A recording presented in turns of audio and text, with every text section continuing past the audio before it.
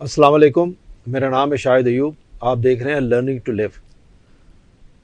Tolerance ہم discuss کر رہے تھے، پارٹ 1 اور پارٹ 2 ہم نے ڈسکس کیا ٹالرنس کے اوپر. تو اسی سبجیکٹ کو کنٹینیو کرتے ہوئے ہم اجاز صاحب سے گزارش کریں گے کہ اس کے اوپر مزید روشنی ڈالیں اور اس کو مزید ڈسکس کریں. جی السلام علیکم سر. وعلیکم السلام، کیسے ہیں سر؟ الحمدللہ. ہم بات کر رہے تھے لاسٹ ٹائم پہ ایک دینی لرننگ کی. پہلے تو یہاں پہ نا ہمیں ایک کانسیپٹ اپنا ٹھیک کرنا ہے. Then does not mean rituals. یہی تو مسئلہ سارا. Then does not mean going to mosque and offering prayer. Then does not mean saying اللہ اللہ اللہ آل دا ٹائم. جی اگر ایسا ہوتا تو اللہ کے بعد فرشتے تھے جو اس کی ثنا بھی کرتے تھے، تسبیح بھی کرتے تھے، عبادت بھی کرتے تھے. پھر اس نے یہ کائنات کیوں بسائی اور چیلنج کر کے بسائی؟ اگر آپ سورہ بقرہ دیکھیں تو اللہ کریم فرماتا ہے کہ فرشتوں سے کہا کہ میں دنیا میں اپنا نائب بنانے والا ہوں. تو فرشتے کہتے ہیں کہ یا اللہ اس سے بنا رہا ہے جو فساد پھیلائے گا. ٹھیک، صحیح بات. اچھا، ابھی پہلے یہ بات انہوں نے کیوں کہی؟ یہ واحد مخلوق تھی انسان جس کو اللہ نے اختیار دے دیا. It is your choice whether you follow me اور یو ڈونٹ فالو. ایکچولی حیوان میں اور انسان میں جو فرق ہے وہ صرف یہی فرق ہے، چوائس کا، اختیار، اور تو کوئی فرق نہیں. جی سر، کیونکہ حیوان کے پاس تو کوئی چوائس نہیں ہے نا. شیر کو اللہ نے بنایا ہے، اس کے لمبے دانت بنائے ہیں، کینچی کی طرح بنائے ہیں. اس نے یوں کرنا ہے اور طاقت دی ہے اسے.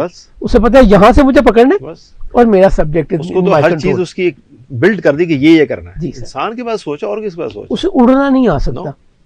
آپ ٹنوں ہزاروں ٹن لے کر آپ ہوا میں اڑتے ہیں، جس کی ہم لاسٹ ٹائم بھی بات کر رہے تھے. تو اللہ نے یہ جو علم، شعور، طاقت، سوچ انسان کو دے دی جو اس کی اپنی ذات سے باہر کی تھی، تو اس نے ہمیں خلیفہ بنایا یہاں پہ اور فرشتوں کے سامنے پیش کیا. ناؤ اللہ کریم بڑے فخر سے کہتے ہیں کہ تم وہ نہیں جانتے جو میں جانتا ہوں. آف کورس اللہ جانتا ہے سر. ٹھیک، بنانے والا ہی جانتا ہے نا. وہ انسان کے متعلق پریزنٹ کر رہے اور پھر اس پریزنٹ کرنے کے بعد کہتا ہے کہ دیکھ لی سپیریورٹی میری اس اسپیشی، میری اس مخلوق کی، سجدہ کرو. تمام لوگوں نے سجدہ کیا سوائے ابلیس کے. انٹالرنٹ تھا وہ انٹالرنٹ تھا. اس کی اپنی ایک سوچ تھی کہ میں سپیریئر ہوں اس سے، یہ مٹی سے بنا ہے، میں آگ سے بنا ہوں. سو انٹالرنٹ تھا. ہی لاسٹ ایوری تھنگ. وہ عہدہ بھی گیا، وہ عزت بھی گئی، وہ قربت بھی گئی اللہ کی. ٹھیک، اب دین کی ہم بات کر رہے تھے. تو then actually is code of life.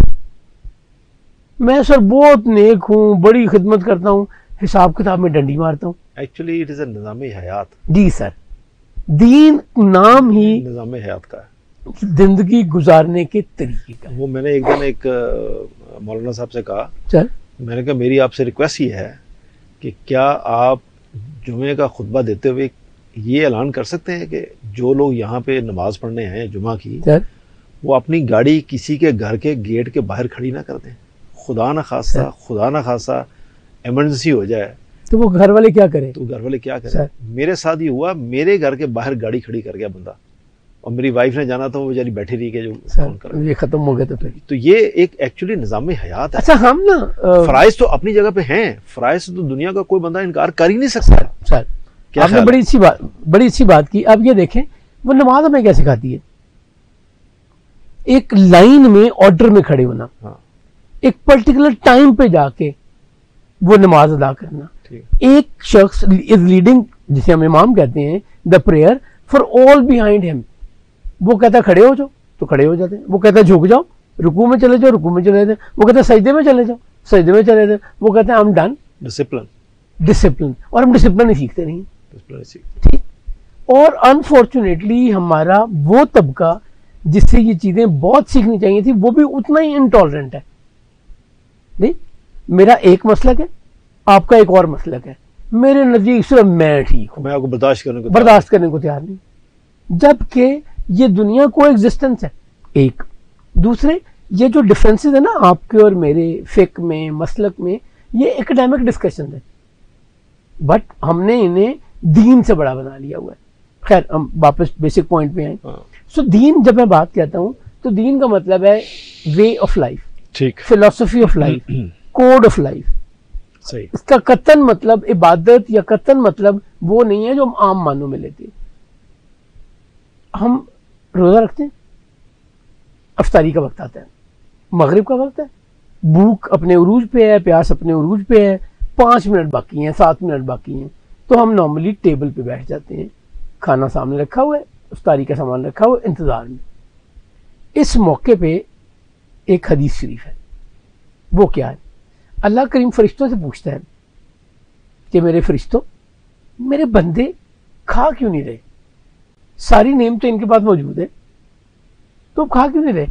تو فرشتے کہتے ہیں ہمارے مالک, یہ تیرے حکم کے انتظار میں. یعنی وہ جو مغرب کی نماز کا وقت یا مغرب سے 10 منٹ لیٹ ہمارے کچھ بھائی, وہ بھی کیلکولیشن کا فرق ہے. ایک طبقہ کہتا ہے کہ سورج ڈوبا, مغرب کا وقت ہو گیا, دوسرا کہتا ہے نہیں, جب سرخی ختم ہوگی تب ختم ہو. کیلکولیشن کا, اس سے زیادہ کوئی فرق نہیں. تو وہ اللہ کریم خوش ہو کے کہتا ہے کہ میرے حکم کے انتظار میں ہے. اگر میں اس وقت 1 منٹ پہلے 2 منٹ پہلے اسی کھانے میں سے اٹھا کے کچھ کھا لوں تو سارے دن کی میری ایفرٹ ضائع ہو گئی, ختم ہو گئی. جی سر, جی. تو سر یہ اللہ سکھا میں کیا رہا ہے؟ Once again tolerance, tolerance to your برداشت کریں. جی sir, to your thirst, to your hunger, اور سب کچھ اویلیبل ہے اور کوئی نہیں دیکھ رہا. اب دیکھیں نا, روزہ وہ واحد چیز ہے جس کو یا اللہ کریم جانتا ہے یا میں ذاتی طور پہ جانتا ہوں. کسی کو کیا پتا آپ نے کیا؟ میں گیا تھا باتھ روم میں, میں گیا تھا کچن میں, میں نے پانی پی لیا اور نو بڈی نوز کہ میں نے پانی پیا یا نہیں پیا. لیکن یہ سوچ باقی زندگی کے اسپیکٹ میں ٹرانسفارم کیوں نہیں ہو رہی؟ ہاں, اس کی بہت بڑی وجہ کیا ہے؟ لیکن اصل پرابلم تو یہ ہے, ہم نے کوڈ آف لائف کو ریچولز میں کنورٹ کر دیا. میرے لیے تو شاید سب ثواب ہے سارا کچھ, میرے لیے ٹریننگ نہیں ہے.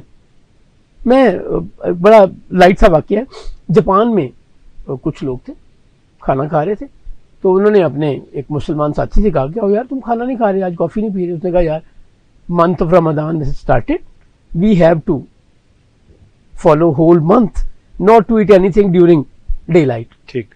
بڑے حیران ہو گئے, انہوں نے کہا وائی سو؟ اللہ کا حکم ہے. وہ کہا اللہ کون سا دیکھ رہا ہے؟ اس نے کہا اللہ دیکھ رہا ہی نہیں دیکھ رہا, اس نے مجھے حکم دیا, I'm following. All right.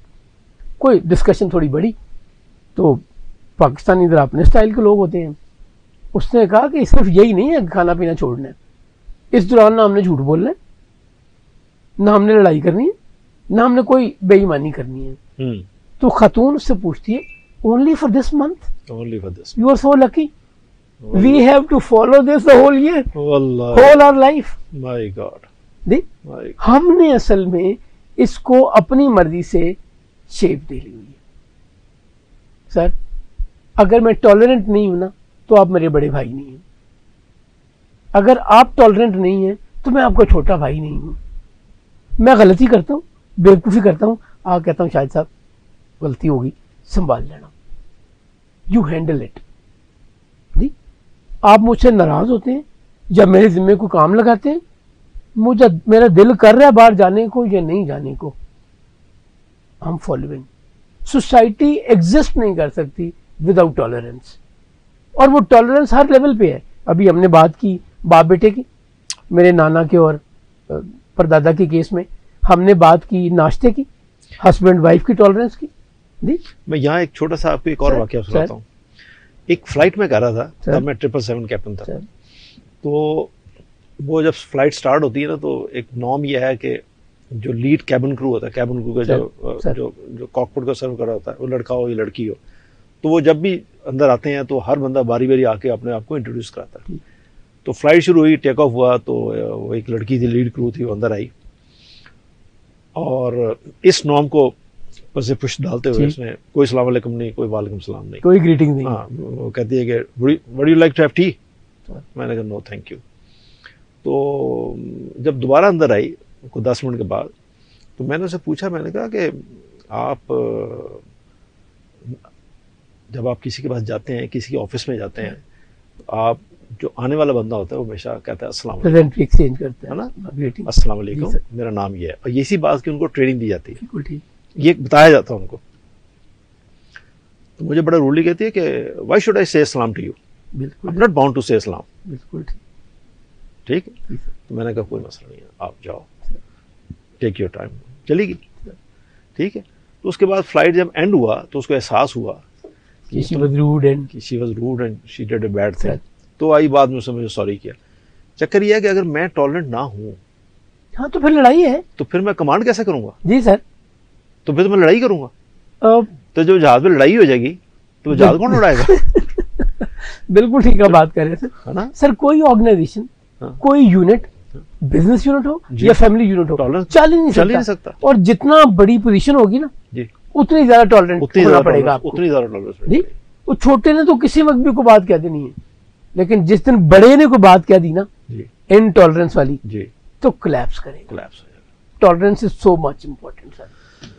G sir.